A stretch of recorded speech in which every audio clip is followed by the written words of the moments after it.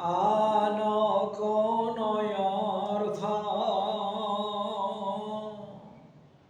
অকাট ভৈগজত ও মায়াময়ী অল্পতর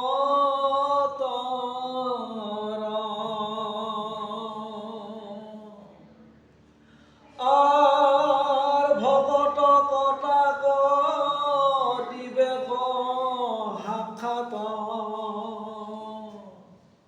ঐশানা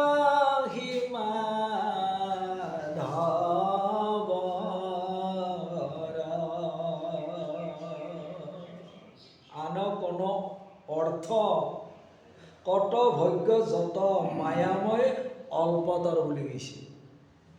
আৰু এই অল্প বস্তুখিনি ভগৱন্তই পৰম কুটুম্ব বান্ধৱজনক দিবা ইচ্ছা নকৰে।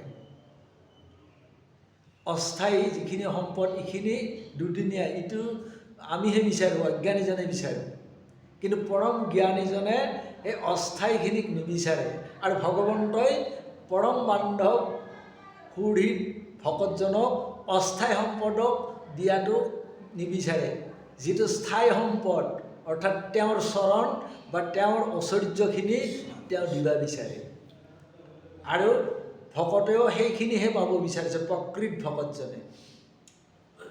কিন্তু অপ্ৰকৃত এই মায়াত মজি থকা, বিষয়ত মজি থকা এই অশাশ্বত অস্থায়ী সম্পদ আৰু অস্থায়ী কুটুম্বসকলৰ লগত আমি এই যিখিনি মায়াময় জগতত ভাৱনাৰ মাজত আছোঁ, এইখিনিহে আমি মাত্ৰ অস্থায়ী সম্পদবিলাক দিছিলোঁ।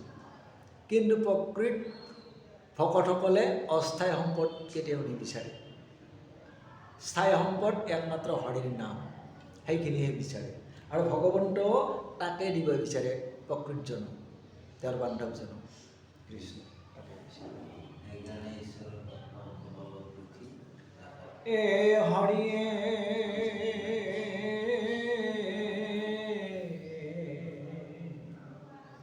আৰ এতেকে পৰম পদক লভিবা কৃষ্ণৰ পাখে চলিয় ও দৰিদ্ৰ দুখক নিস্তে প্ৰভু ও মোৰ বাক্য নবাধি।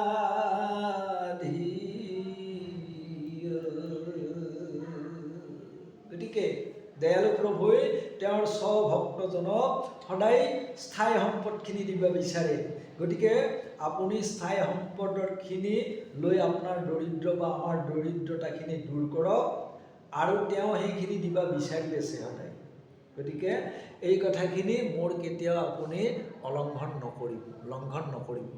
আপুনি অনুগ্ৰহ কৰি যাওক। কৃপাময় হৰিয়ে দিব বিচাৰে। আৰু প্ৰকৃত ভক্তসকলেও সেই স্থায়ী সম্পদখিনি লোৱাৰ কাৰণে অলপ কায় কষ্ট কৰি যাব লাগে বা কায় কষ্ট কৰিব লাগে। অৰ্থাৎ আমি এই তেওঁৰ কাৰ্যক্ৰিয়া সমস্তত কায় কষ্ট কৰি হ'লেও থাকিব লাগে, তাৰমানে কৰিব লাগে। কৃষ্ণ এ হৰিয়ে এনৈ কাৰুণ্য অবচনে অনেক ও ভাৰ্যায়ে যেবে পাৰ্থিলা ও শুনিবি প্ৰবৰ গুণিয়া মাত মনত ও পৰম হৰিখা হইলা।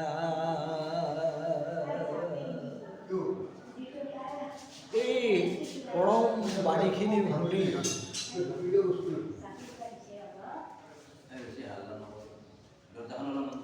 পৰম বাণীখিনি শুনি বিপ্ৰ দামোদৰৰ পৰম আনন্দ অন্তৰত উৎফুল্লিত হৈ পৰিল যে পত্নীয়ে উপযুক্ত বিচাৰ পৰমাৰ্থ বিচাৰত কথাখিনি কৈছে। গতিকে পৰম হৰি অন্তৰে তেওঁ উৎফুল্লিত হৈ গ'ল যে তেওঁৰ প্ৰকৃত সুধৰ্মী কল্যাণী ভাৰ্যাই যিখিনি কথা ক'লে তেওঁৰ আনন্দ উপজিল যে তেওঁ উচিত মাৰ্গত কথাখিনি কৈছে আৰু মোক যাবা উপদেশ দিছে।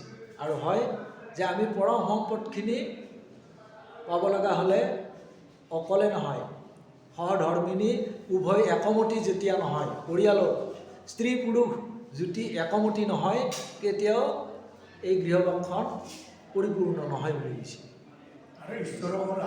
ঈশ্বৰকো লাভ কৰিব নোৱাৰে বুলি কৈছে।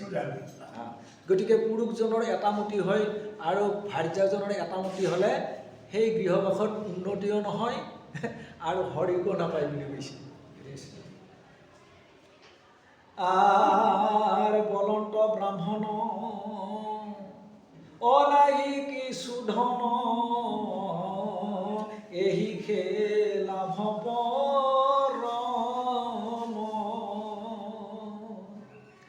উত্তম শ্লোকক কৃষ্ণক দেখিব অসফল হইব জনম।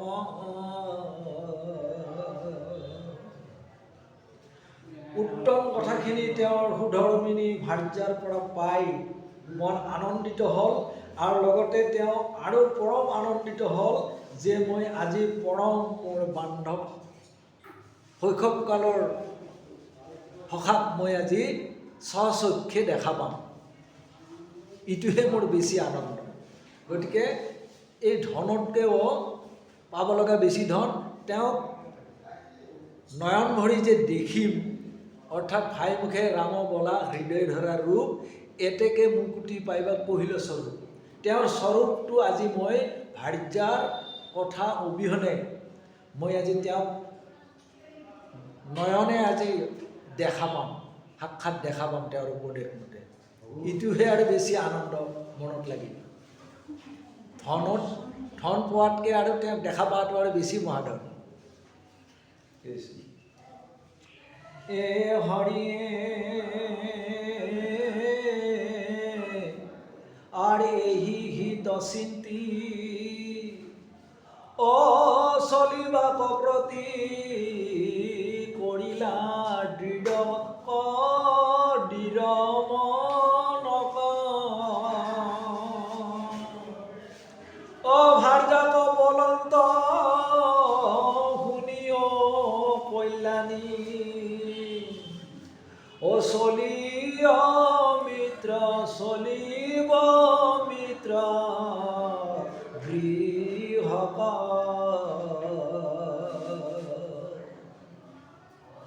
গতিকে তেওঁৰ পত্নীক কি বুলি সম্বৰ্ধনা কৰিছে? কল্যাণী বুলি কৈছে, কল্যাণ সাধন কৰিছে। পত্নী হ'লে কল্যাণটো সদায় সাধিব লাগে।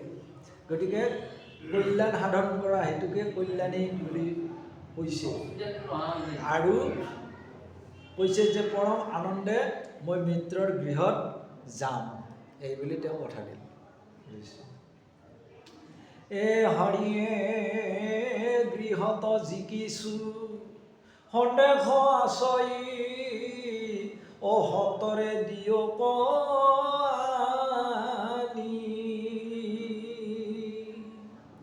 ও স্বামীৰ বচন শুনি ৰংগমনে ও তেখনে গৈলা ব্ৰাহ্মণী। গতিকে হে কল্যাণী, তোমাৰ কথা শুনি মই পৰম হৰিষে কৃষ্ণক আজি স্বচক্ষে মই লাগ পাম বা দেখিম। গতিকে তুমি গৃহত কি সন্দেহ আছে সত্তৰে মোক আনি দি মই আৰু দেৰি নকৰোঁ, মহাশীঘ্ৰে গৈ যাতে তেওঁক মই দৰ্শন হওঁ, এইটোহে তেওঁৰ হাবিলাক অন্তৰত মহা এটা জাগৃত। আৰ ব্ৰাহ্মণ গণত অমাগিয়া পাইলন্ত শালি চাউল 4 মুঠি ও মহাভক্তি ভাবে হাজিল চাৰু চাউল চিৰা গুটি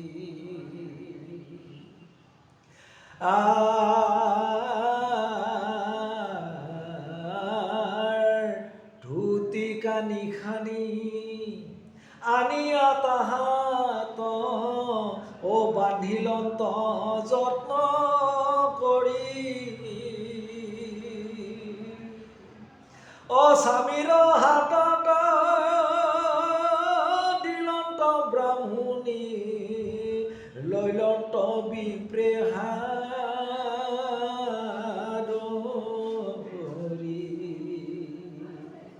ব্ৰাহ্মণে অতি শীঘ্ৰে শুনি তেওঁ 4 ঘৰ ব্ৰাহ্মণ পৰিয়ালত গৈ শালি চাউল 4 মুঠি খুজিলে আহি অতি সাদৰে ধুতিৰ কানিত বান্ধি অতি ভক্তি সহকাৰে তেওঁক দিলে প্ৰভু বৈষ্ণৱ ভক্তি সহকাৰে তেওঁক দিলে স্বামী এ হৰিয়ে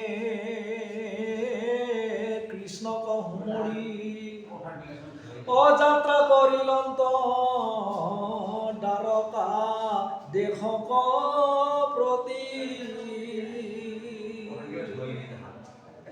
ও মনত মিলন্ত কিনো সুপ্ৰভাত দেখিব শ্ৰী হৰি গতিকে বিপ্ৰ দামোদৰে প্ৰভাততে উঠি দ্বাৰকা মুখে যাত্ৰা কৰিল আৰু তেওঁ হৰিখন্তৰে ক'ব ধৰিল কি সুপ্ৰভাত আজি মোৰ গতিকে তেওঁক মই আজি লাগ পাওঁ কৃষ্ণ